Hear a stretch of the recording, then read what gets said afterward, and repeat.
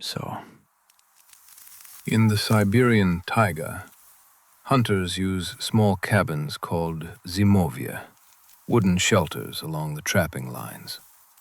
There's a rule. You don't lock them. You leave dry firewood inside.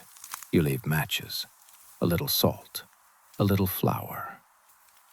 Because someday, someone is going to walk in there frozen and lost, and what you left is going to keep them alive. In 2008, my uncle was checking his trap line in the Krasnoyarsk Taiga. He stopped at a zimovye to spend the night. When he opened the door, the cabin was warm. The fire in the stove had burned down to coals, but the room was still hot. A kettle on the stove was still steaming. On the table was an open journal. The pen was on top of it. A man's jacket was hanging on the peg by the door. His rifle was leaning in the corner. His boots were under the bench.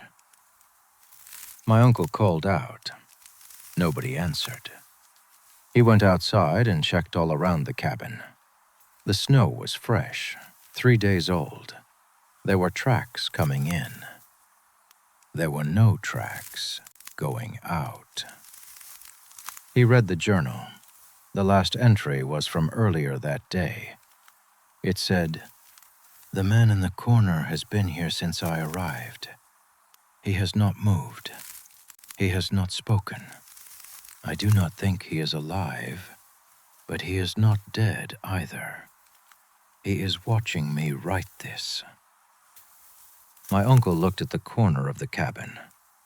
There was nobody there. He left immediately, took the journal with him, walked 12 kilometers back to his truck in the dark. He gave the journal to the police.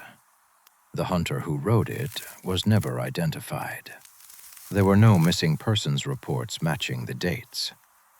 The cabin is still there. My uncle never went back to that line.